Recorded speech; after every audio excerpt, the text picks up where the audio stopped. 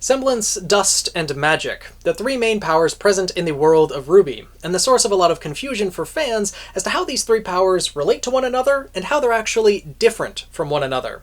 I made a video previously, over 2 years ago now, just after the end of Volume 6, giving my thoughts on the issue, but honestly, that video is horribly outdated. It contained a fair bit of speculation, and my opinions on it changed only a few months later when I saw the Volume 6 director's commentary. This gave a little bit more insight into the events of the Lost Fable and revealed a couple things about magic that really solidified my opinion on how these three powers are related to one another. But I never actually made an updated video on that. I did mention it during episode 4 of RWBY Recap when I was going over the events of the Lost Fable and mentioned the relation of Semblance, Dust, and Magic during that, but I never made a definitive updated video. And going into Volume 9, where I have a feeling we're going to learn a little bit more about Semblance and Aura specifically, but possibly also Magic and Dust on top of that, it would be a good time to give a more concrete updated video on the relation of Semblance, Dust, and Magic. Essentially, everything started with magic, the gift that the gods gave humanity upon their creation.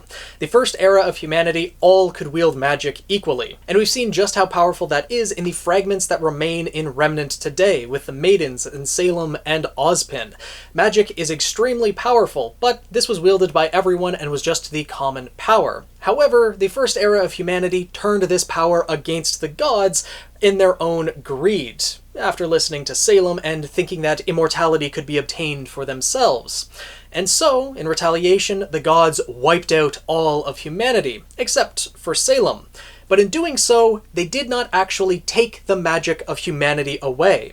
That was left in humanity's remains, the dust that was spread all across the world wherever humanity had roamed. And this is very apparent because when the God of Darkness wiped out everyone, Salem still had her magic. If he was going to take the magic from everyone else, she would have lost her magic as well, which probably would have been a good idea to not leave Salem with her magic, especially knowing that humanity would return and then Salem would be more powerful than any of them.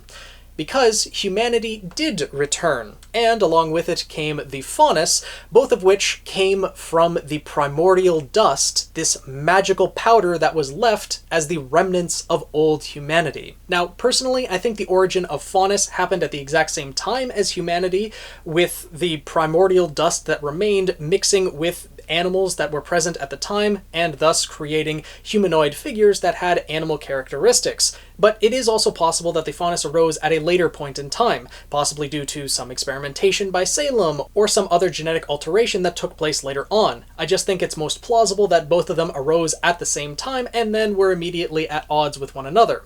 Regardless though, one of the first things we were told upon starting the RWBY series is that man was born from dust, and eventually they came to wield a power that they aptly named Dust, as both humanity and dust originated from this same place, the dust of the first era of humanity. This concept of the origin of the second era of humanity, Faunus, as well as dust, comes from the Volume 6 director's commentary. To quote Miles Luna directly, we can essentially boil down the second coming of humanity is what happens when evolution takes over and there's a really magical cocktail of primordial ooze left behind by the gods and magical humans. So you'll get some of the wild stuff you see in Remnant today, which outright proves that the gods didn't actually remove the magic from humanity, another mistake on their part, as well as, gifting Salem immortality in the first place, probably not the wisest move, but from this magic and from this primordial dust, this primordial ooze that was left behind, rose the second coming of humanity. But this magic didn't all stay in that dust, and wasn't all transferred to this second era. Instead, a large portion of it seeped into the ground. The elemental aspects of magic seeped into the ground, crystallizing to become the dust that is used in Remnant today, becoming an actual finite resource. Magic in the first era of humanity was not a finite resource. Every human had it, and every generation of humans continued to have it. Whenever two people would get together, have an offspring, that child would then have magic as well, as shown by Ozma and Salem having kids even in the second era. They are humans from the first era, but living in the second era. Still, though, their souls contain that magic, and the soul is very important in the world of RWBY overall. The magic of the first era of humanity was bonded to people's souls. And because Salem and Ozma, both of their souls still being from the first era of humanity and having that magic bonded with them, when they had their 4 daughters, their 4 daughters were able to wield magic as well. We only saw one of the daughters actually use magic, but presumably all 4 of them would have once they got to the right age and were able to unlock that, similar to how the humans and Faunus nowadays in Remnant can unlock their aura and semblance, which are both remnants of the magic left behind by the first era of humanity.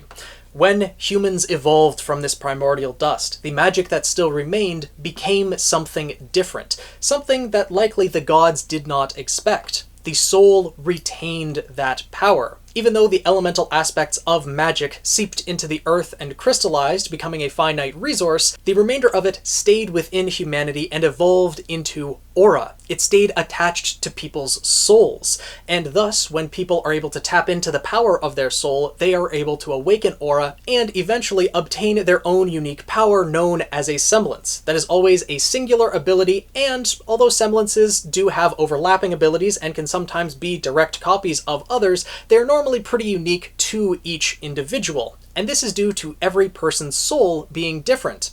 That aspect of magic that was passed on from generation to generation stayed within aura and semblance, allowing it to be passed on from generation to generation. So essentially, semblance and dust are byproducts of the magic left behind by the first era of humanity after they were dusted by the gods. And because of that, you could technically consider dust and semblance to be magic in and of themselves, but they do have very distinct differences. As I mentioned previously, dust is only the elemental attributes of magic, and has become a finite resource. Once you use up all the dust on Remnant, presumably no more is going to be found or generated within the world, unless the world of Remnant itself has become magic in some way, shape, or form. That over the passage of time, more dust crystals will continue to form under the surface of Remnant that can further be utilized by humanity and Faunus as they further excavate it. Presumably that could be the case, but we may never know, as likely the RWBY series may not delve that far into the future of Remnant. So, as far as I'm aware now, it is a finite resource, though there is plenty of it to go around, as we have seen throughout the RWBY series thus far. The quantity of dust available isn't really the issue, it's the ability to refine it, which is mostly done in Atlas, and thanks to the Schnee Dust Company controlling a lot of the market, well, they control a lot of the dust that is distributed throughout Remnant. Semblance, on the other hand, is a power that is unique to humanity and Faunus, the next era of sentient beings that arose from the remains of the first era of humans.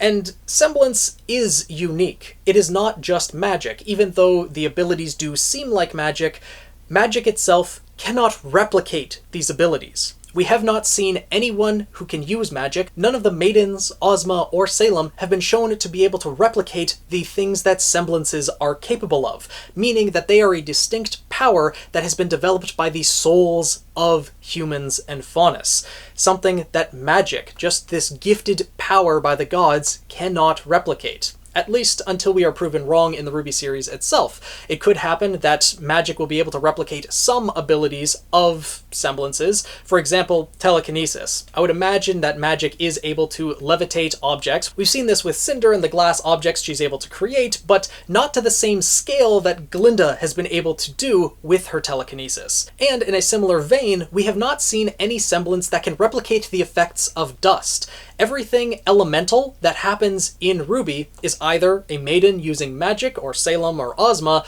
or it is dust. No semblance has been able to replicate the elemental aspects of magic or dust. Dust has never been able to replicate the effects of semblance. But semblance and dust are able to work together. Certain semblances are able to use dust to add elemental aspects to their abilities, and this is because semblance and dust originated from the same place. They were once the same power, the same ability of magic that was wielded by the first era of humanity. And although both of them have changed shapes and semblances have further evolved to be something unique to humans and Faunus, they still have enough of a connection to be able to be utilized together. Magic, on the other hand, does replicate dust and is able to use all of the elemental aspects without needing this finite resource, but has not been able to replicate semblance itself. And this makes me think that Semblance is the key to the future of RWBY, how it will change, how it will evolve, as we have seen just in the past volume with Ren's Semblance, how when the soul is struggling and it comes to a new realization, once someone does some soul searching, let's say, their semblance and their abilities can evolve to suit how their soul has changed. And this is something that is going to carry forward and become much more prominent as we move forward in RWBY. And one last thing I want to mention that I think a lot of people might overlook when it comes to dust. Dust does not work outside of Remnant's atmosphere. This was only mentioned, I believe, a single time, and that was in the world of Remnant that focused on the cross-continental transmit system. In that video, it said that space travel has not been possible because dust shuts off outside of the atmosphere, and has also made, making satellites for the CCT very difficult and nigh impossible. Which makes me question how Ironwood's plan was meant to work. I guess launching Amity Coliseum up into the atmosphere, and if the radio waves didn't operate off of dust, then it might still be able to work, but the CCT video stated that satellites weren't really possible because dust's functionality didn't operate outside the atmosphere. So that's a little bit questionable, as well as Ironwood's idea to raise Atlas into the atmosphere because, well, if you raise it too high and it leaves the atmosphere, then dust stops working, hence the hard light dust shields, and the dust that is, keeping everyone on Atlas alive would stop working, so that would be pretty problematic there, because the Staff of Creation would only be used to raise Atlas up. It couldn't do both raise Atlas up and keep the populace alive. So Ironwood would have had to keep Atlas within the atmosphere to keep the dust working and the people alive, and in doing so would likely still be within reach of Salem herself. Sure, the Grimm might die that high up in the atmosphere. They are technically living beings, just don't have a soul, and with the lack of oxygen up there, probably wouldn't be able to reach Atlas. But Salem herself might. She's immortal, after all. And although it might be excruciating not being able to breathe and have that much oxygen, using her magic she might be able to reach Atlas, and she is a force to be reckoned with on her own. So, still a couple flaws with that plan. Unless, of course, Ironwood's actual plan was to raise Atlas all the way out of the atmosphere, thus keeping the staff firmly out of Salem's reach, but in doing so, sacrificing himself and all the people of Atlas, as well as leaving the people of Mantle to die. So, definitely some things to think about. But if dust is limited to use on Remnant alone, this could be because, well, the portion of magic, the elemental aspects of it that seeped into Remnant became a part of the world itself, and thus will only operate within that world, or it could be because the place it originated from is exclusive to Remnant alone. That being the magic gifted to humanity by the gods. The gods gifting humanity magic would probably want them to stay on Remnant and not use that magic to try to travel to other worlds. Because if other worlds existed, and these humans, their first experiment, possessed magic that was vastly more powerful than any other race that existed in the universe, well, then that could create a little bit of a power imbalance. And if the gods did treat Remnant as their own experiment, they wouldn't really want one experiment interfering with another. So it would make sense that they would limit magic just to the atmosphere of Remnant. Considering that the gods have the ability to create all of humanity in the first place, adding this one little restriction wouldn't be too much of a stretch, so I think that is likely the case, and because of that, dust can only work within Remnant's atmosphere. And also, that might mean that semblances can only work on Remnant as well.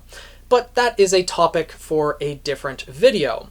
With that being said though, let me know your thoughts down in the comments below. Hopefully all of my ramblings in this video made enough sense that you guys can kind of get where I'm coming from with the relation of magic, semblance, and dust, but do you think that my explanation of how these three relate to each other is the way that it does work in Remnant? It seems very plausible given what we have learned from the Volume 6 director's commentary, and how the Second Coming of Humanity had a portion of the magic at the very least from the first era of humanity. That the dust that remained had a lot of the magic in it, that man was born from that dust, and the dust that is in Remnant was likely named after the primordial dust that it came from as well.